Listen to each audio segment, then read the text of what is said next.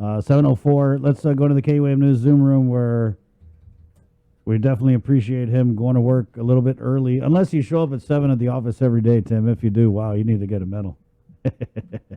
Unmute.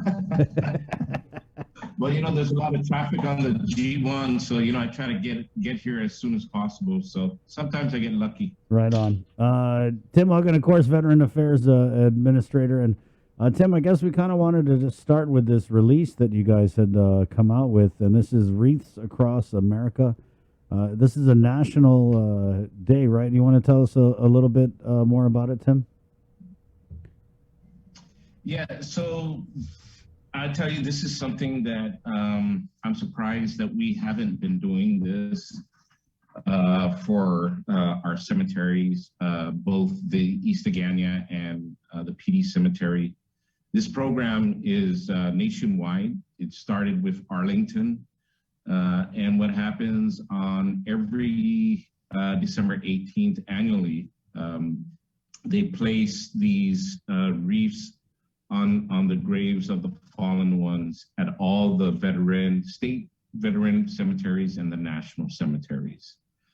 So on Guam, we have currently 5,870 plus plots, crypts, and columbariums on Guam that we would like to be able to honor all of those that have been laid to rest. So this is the one day outside of Memorial Day and Veterans Day for us to honor, pay tribute to, and give our respects and prayers to these individuals that are being honored on that day. Right, and so this is actually the ceremony, and I'm guessing the ceremony where the wreaths will actually be laid is that going to be in December, Tim? Yes, December 18th. Okay. And so what happens nationwide on the 18th, and it's going to be the 19th for Guam, and we had to choose one or the other. So when Arlington does the moment of silence before they start placing the wreaths, the entire nation, who's also doing the ceremony on the same day, everybody pauses for, I guess, 3 minutes, whatever the time is. But we won't be able to do that because I informed them that that'll be like 3 o'clock in the morning for us. But we will honor and do the moment of silence on Guam before, we'll just we're going to follow the agenda. I saw here that you're looking at starting a fundraising group for wreath sales.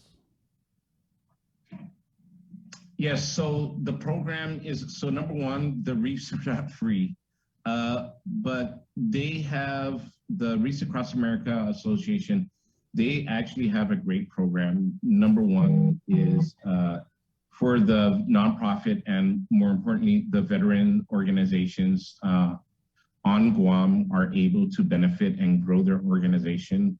The cost of the wreaths are $15. $10 will be for revenue to help pay for whatever, a new clubhouse or certain things at their organization, or some way to fund their mission to help the veterans of Guam. Then this would be the ideal way to generate some money. They'll get $5 for every wreath that they purchase, right? There's also a program where if you buy two, get one free. So that's the two programs that they have. So what we're trying to do is work with the nonprofit organizations on Guam, work with the corporate agencies and companies on Guam, and of course the families that will be purchasing on their own. We've already had a number of organizations and families that have purchased and donated. So we want to be able to, as best as possible, be able to place a wreath on every single plot, crypt, and columbarium. That's the idea. Do you anticipate being able to raise enough money to do that? I think so. On June 3rd, we're gonna do a press conference where we're gonna, go into more detail on Wreaths Across America, the organizations that are involved, what we're asking the community to rally behind. So we're also gonna, give timelines and events that are going to be taking place in order to support this great fundraising effort to honor those. As an example, when and if possible, we'd like to do a concert series that will help generate revenue to pick up some of the costs for some of these reefs. I will say the two companies hold that on there, have because committed. you said the C word, Tim. And I'm not talking about COVID. You said concert. No, I said if we're able to, depending on the time, we could, do a small, maybe concert type series. Right. And you're talking about maybe like ballroom. You get Ben Lam Lam or whoever to perform and charge tickets. Yeah, or maybe they go on KOM right live, or you guys have one of those. You know what I mean? The and telethon. Then we can have like a telethon kind of thing. Oh yeah, no, the artists are all veterans. Yes. You better not take my Something idea. like that. Nothing extravagant. Something that needs to stir the interest and generate some money. Yeah, good call. It's for a great cause, and I'm sure majority of the community would not hesitate to donate $5, $10, right, to help for this. Tim, let's switch gears just a little bit here. I don't know if you saw the senators. Well, I'm pretty sure you did see that the senators met with the governor. And they submitted a priority list of spending for the American Rescue Plan Act funding, and they had some money in there for Veterans Affairs. How much? I want to say it was about $5 million, but have you? And I'm going to pop up the document because I got to check it. I don't know it offhand. But have you had any conversation with the Gov about any of this ARP funding going over to the local VA? Yes, sir. As a matter of fact, I had a conference call. Well, actually, I had my monthly meeting with her yesterday. Oh. So yeah, we are. When it first came out, maybe about a month ago or end of April. What is it, May? Yeah, or beginning of May. The governor had asked each agency to come up with a supplemental budget using the ARP funding on what's going to take your agency, to improve the services, capital improvement, manpower issues, whatever it's going to take to get the agency up to speed, to make it more efficient so that your agency can deliver the services to the people of Guam. So I did my due diligence. I submitted my budget for Guam veterans, and I'm still hoping that I can get majority of that. What programs could you kind of shore up with funding, and how much are you looking at? Okay, so not sure if you're familiar with the history budgetary-wise with the Office of Veterans Affairs. So basically this agency, and I'm gonna say I can, get out on an edge or on the limb and say, for the past 10 years, this agency has been operating less than $700,000 a year. And at its lowest, I think it was $300,000. For 20,000 plus veterans on Guam, I don't know what you expect to deliver when you give an agency that type of money to operate. But I am thankful for the governor for allowing us to keep our doors open and doing everything she can. The governor has been able to transfer $150,000 over to us so we can do the capital improvements, repairs for the chapel and the administration building. That was key because that is allowing us to become compliant 100% with the National Cemetery administration so that we're able to, be in the green and apply for the grants for the cemetery expansion improvement. That includes both cemeteries, one East Agania and one in PD. So our request, you always want to shoot for the stars and hope for the clouds. So I submitted a $9.1 million budget, and what that budget includes is about $6 million in CIP money for us to build a new building, one-stop center for veterans, expand the cemetery, erect a few monuments, and things that are not covered under the grant stipulations and requirements, right, that we can fund locally. Yeah. A couple other programs that we wanted to stand up, which does not exist because we don't have the budget, would be, right now, the VA is made up of three areas of focus, right? One is the veteran benefits, one is the national cemeteries, and number three is something that the local state office, my office, does not represent or have a person or a program for, is veterans health, right? Yeah. So what this person actually becomes is a medical, I don't know if referral officer. It's more of a liaison that works with the individual veterans, that works with CBOC, that works with Tripler, with whatever ailments or regimen, prescriptions.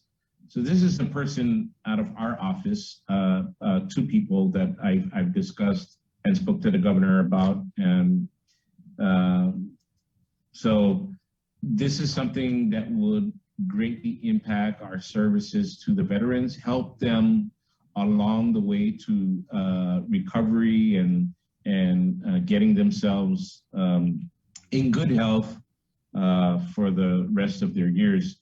A couple other things that we focus in that budget is to increase the number of veteran service officers or representatives that we have here from 4 up to 10. Right.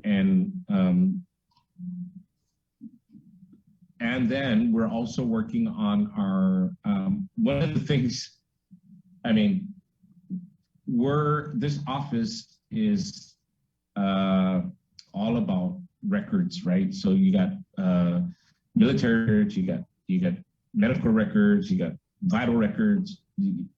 So this agency also has been in the Stone Age in regards to case management and records management. Right. So what we've developed here is a brand new records management program, which we're waiting for the software and infrastructure to get put in place here so that we can go digital on all our records. We're also working with the state of Utah Veterans Affairs, and we're in the final days, I can say days now, because it's just a matter of a signature and review. And we're done reviewing, so we just need to sign the document.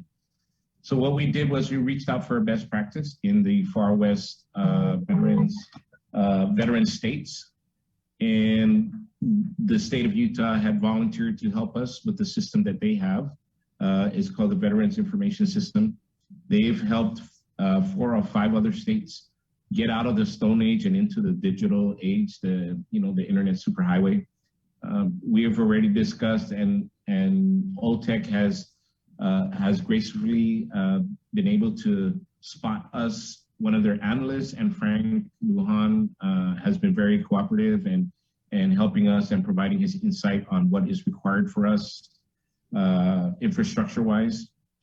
And I have my staff working with the Utah State Veterans Office to get the software. So what's that going to do for us, Chris, is that we're going to be able to upload all our information. We'll be able to have the data registry digital. We'll be able to have the case management digital and the historical records digital. And we'll be able to communicate directly via this software system with Department of Revenue and Taxation and Public Health for the records that are required in order for the veteran to file for their claims and their benefits. That's it in a nutshell, dude. Wow, that's a lot. Tim, where are the records now? They're not over at DeWitt, right?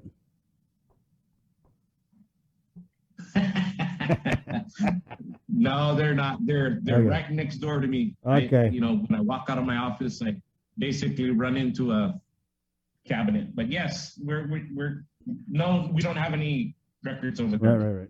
Right. Tim, okay, last question because we got to run, but what are you doing to prep for Memorial Day? Memorial Day, yes.